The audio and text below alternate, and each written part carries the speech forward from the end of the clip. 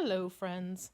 I'm going to come back and do some more of Ralph S. Mouse, and I have the very highly entertaining Zoe here for you again.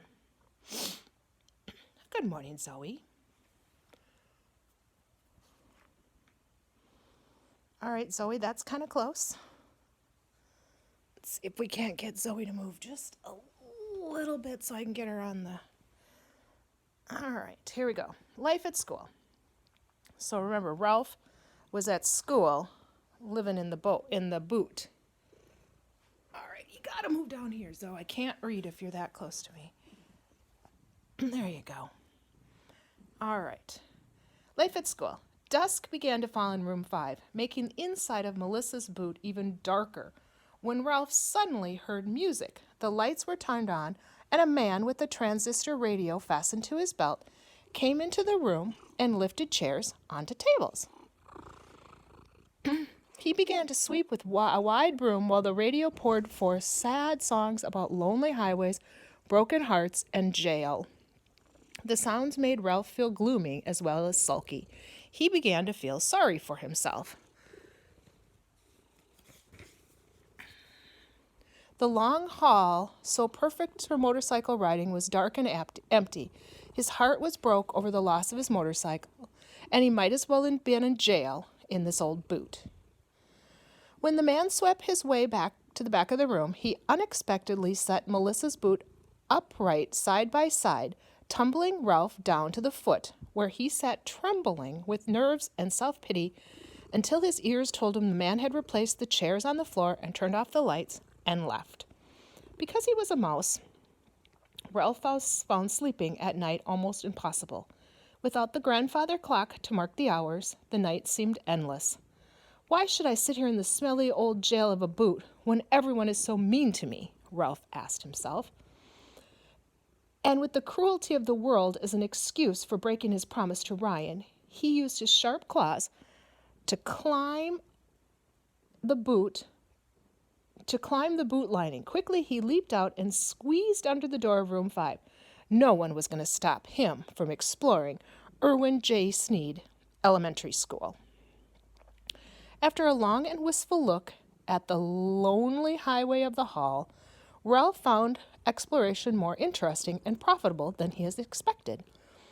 In room 4, he discovered strange-looking pictures spread out on the floor beneath the blackboard. They were made by gluing different kinds of seeds to heavy paper that had been left on the floor to dry. Ralph made a nutritious meal of split peas, rice, and lentils before moving to another room where he found an open jar of library paste. Delicious! In another room, furnished with long tables and benches, was near a kitchen where Ralph chewed into a bag of sugar and enjoyed a fine dessert. After this gourmet meal, Ralph walked rather than scampered down the hall. That perfect place for riding his motorcycle if Ryan had not been so mean, to a room with carpet and bookshelves on the walls. A boring place for a mouse, Ralph decided, until he discovered something interesting on the bottom shelf behind a big desk. It turned out to be a book inside of a bag made of 2 layers of brown paper. A tear in the outer layer revealed something unexpected in the lining. Ralph could not believe the treasure he had found. Between the layers of paper was a ready-chewed mouse nest. Ralph pulled out some of the nest to examine its delicate texture. First quality, grade A mouse nest. He made a hole in the bag still larger, crawled inside, and curled up in the coziest bed he had ever known.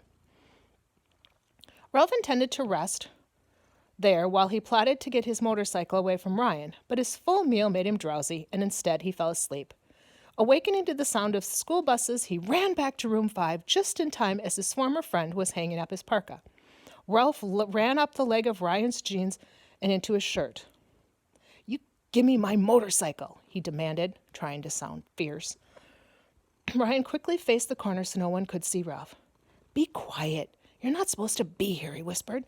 "Like I said, I'll give it to you after you run the maze." "Who says I'm going to run the maze?" Ralph was sullen about this whole affair. "I do." Ralph tried to speak without moving his lips. "If you want your motorcycle back." "Where is it?" Ralph wanted to know. "Right here." Ralph removed the motorcycle from his parka and placed it in one of his shirt pockets. "Now go back to your boot."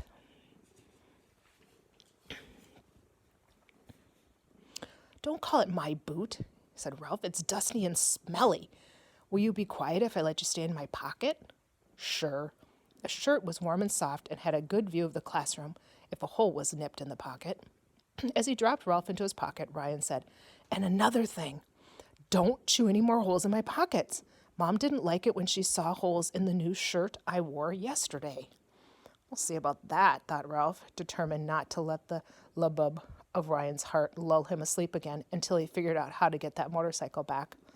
For a better view of room 5, he bit a careful peephole, one thread down and one thread across, in Ryan's pocket. Ralph watched with puzzled interest while the class worked on numbers and words. Late in the morning, the children formed a double line, something Ralph had never before witnessed, and walked quietly to the library where they selected books to read. Why can't mice behave like this? Ralph wondered. When Ryan found the book he wanted, he took the little red motorcycle out of his pocket and amused himself by running it back and forth across the table while gently going The sun was enough to break a mouse's heart. The most interesting part of the day turned out to be late in the afternoon when the class worked on their project for what the children called the Great Mouse Exhibit. Miss Kay read a poem that Ralph found difficult to understand, something about a wee slicket crowin' timin' roundus beastie, while the class worked with crayons and paper. Ralph saw strange pictures of himself beginning to emerge. They were making him look very big, except for one boy who drew a cat that filled up the whole paper and added a tiny mouse down in one corner. All right, so that's as much of the stories I'm going to read today. Zoe says, have a great day. Do your schoolwork. Play outside. See you next time.